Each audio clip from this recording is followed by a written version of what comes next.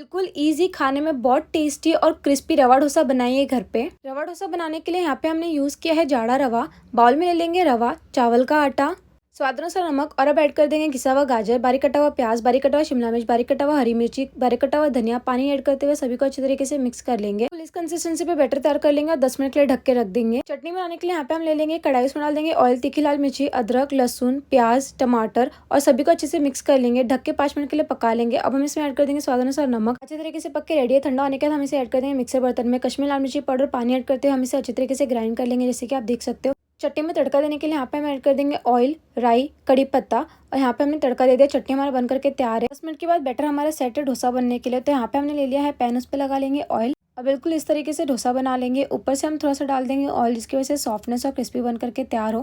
पूरा वीडियो देखने के लिए आप नीचे दिए हुए लिंक पे क्लिक कीजिए। अगर वीडियो आपको पसंद आता तो लाइक और सब्सक्राइब कर दीजिए। हम आपसे मिलते हैं अगले वीडियो में नई रेसिपी के साथ। तब तक के लिए बाय बाय, टेक केयर।